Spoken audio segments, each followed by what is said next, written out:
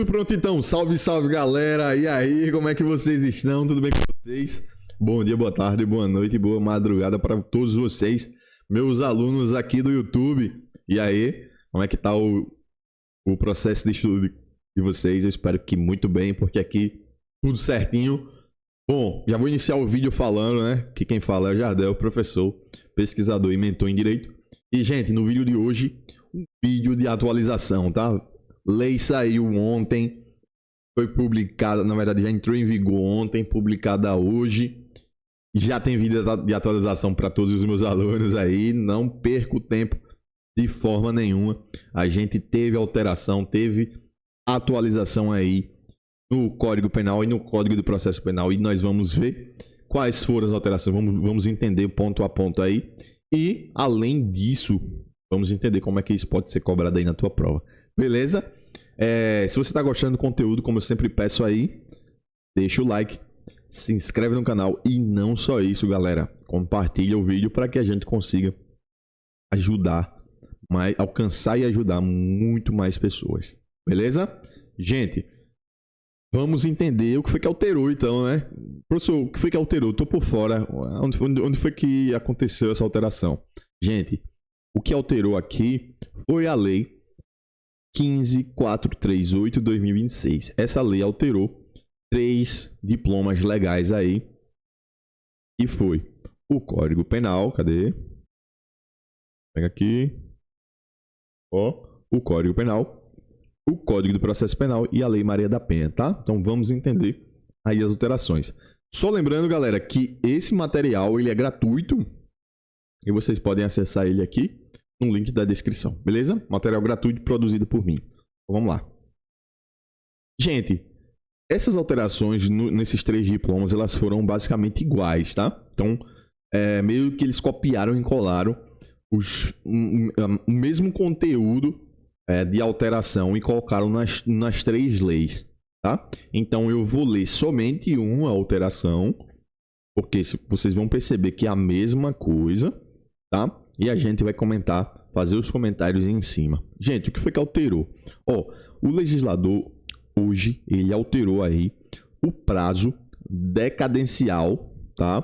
Deixa eu puxar aqui. O prazo decadencial para oferecer a queixa na ação penal privada ou a representação na ação penal pública condicionada, tá? Quando é, professor, que esse prazo vai ser diferente? Quando a gente tiver crimes praticados no âmbito da violência doméstica familiar contra a mulher.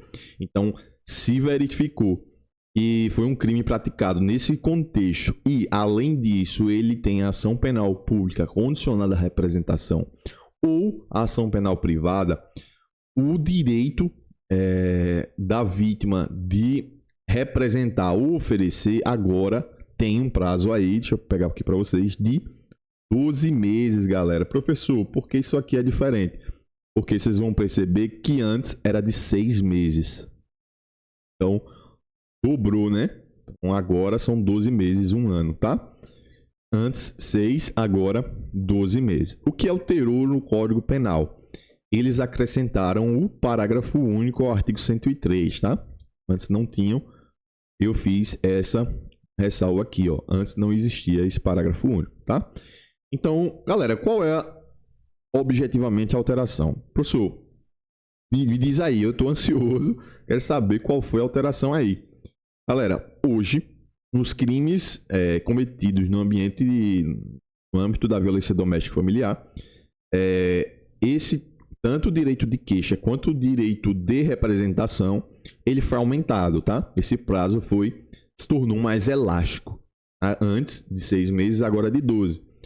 O que foi que não alterou? Cuidado, esse prazo ele é contado do dia em que a vítima veio saber quem é o autor do crime, tá? Então aqui, esse prazo somente é contado quando ele souber, do dia que a vítima, souber quem cometeu, quem foi o autor do crime. Mas não só isso. Cuidado, gente. Isso aqui, ó. Algumas pessoas podem deixar isso passar e não prestarem atenção, que aumentou também o prazo na ação penal privada subsidiária da pública, tá? Antes também de 6 meses, agora de 12 meses. Então, perceba que o legislador diz o seguinte, olha, a ofendida decai do direito de queixa ou de representação se não o exerce no prazo de 12 meses, contado do dia em que veio a saber quem é o autor, ou no caso do parágrafo 3º do artigo 100 deste código, ou seja, vou colocar aqui, no caso da ação penal subsidiária da pública, no dia em que se esgota o prazo para o oferecimento da denúncia. Então, no momento em que se esgotou, ela tem aí 12 meses, se for crime cometido nesse contexto, para que a denúncia, aliás, a ação penal privada subsidiária da pública seja oferecida, tá? Isso vai ser cobrança de prova, professor? Sem dúvida alguma, esse aqui vai ser cobrado e muito, tá?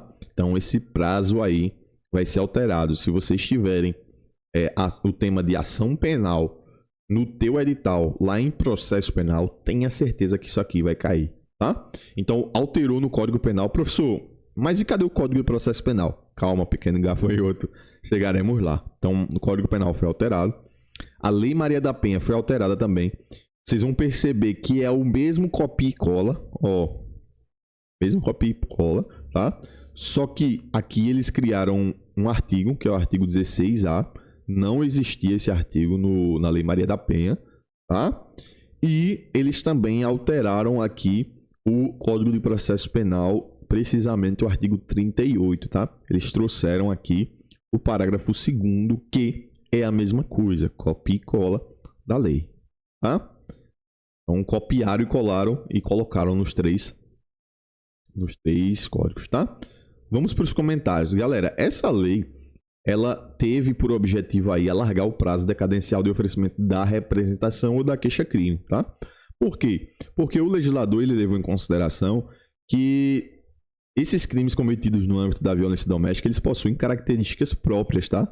Que envolvem aí dificuldade de manifestação da vítima. Então, tem todo esse aspecto, tem toda essa situação que às vezes a vítima não fica confortável de representar ou de oferecer a queixa-crime no prazo de 6 meses. Ela precisa de um prazo maior. E agora o legislador, ele alargou. Atento a isso, ele alarga o prazo para 12 meses, tá? Hoje, 12 meses. Só que a gente precisa fazer uma revisão aqui, tá? A legislação desse modo alterada, ela atingiu diretamente, gente, o crime de perseguição quando ele for cometido no âmbito doméstico, tá? Por quê? Porque ele é o único crime aí, nos crimes de ação, nos crimes cometidos no ambiente doméstico, ele é o único crime que ele somente se procede mediante representação, conforme o artigo 147-A, parágrafo 3º do Código Penal. Então, somente e especificamente esse crime aí foi atingido. Professor, por quê? Porque a gente precisa lembrar que com as alterações promovidas pela Lei 14.994 de 2024, o crime de ameaça cometido no contexto de violência doméstica, ele é de ação penal pública, hoje, atualmente, ação penal pública incondicionada. Tá? O crime de ameaça, ação penal pública incondicionada. Gente, o crime de lesão corporal leve cometido no contexto de violência doméstica, ele já de um tempo é de ação penal pública incondicionada. Aqui a gente faz aí já faz uma revisão, tá? E aí, essa ideia ela tá contida lá na súmula 542 do STJ, que diz o seguinte, ó: a ação penal relativa ao crime de lesão corporal resultante de violência doméstica contra a mulher é pública incondicionada, revelando-se dispensável a representação da vítima. Então, já há algum tempo a gente tinha essa ideia, tá? Atenção, tenho 2 pontos de atenção aqui para a gente finalizar essa aula de atualização. Ponto 1. Os crimes contra a honra, gente, eles cometidos no contexto de violência doméstica, eles continuam sendo de ação penal privada, tá? Então, se vocês observarem difamação, calúnia, injúria, mesmo que cometidos no ambiente doméstico, eles são de ação penal privada, tá? Isso não mudou, isso não foi alterado. Ponto de atenção 2. Aqui eu coloquei para vocês a ação subsidiária da publi, ela também foi alterado o prazo, mas qual é o ponto de atenção 2? Essa lei que alterou o prazo para elastecer, ela é uma ação penal, aliás, ela é uma lei penal de natureza híbrida, gente. Professor, por quê? Ela tem natureza híbrida, porque ela tanto se refere à matéria penal, que lembra que decadência também é uma das hipóteses de extinção da punibilidade, mas também tem processo penal, que é a questão da representação, né? Ou da queixa-crime. Então, desse modo, a gente está aqui diante de uma lei penal de natureza híbrida. E essa lei, por ela ser pior, por ela elastecer, ela não alcança, ela não retroage aos fatos anteriores. Porque se ela retroagir, ela vai piorar a situação do réu. Tá? Então, fiquem atentos com essas situações aqui. Cuidado, porque com certeza isso aqui vai ser cobrado na tua prova.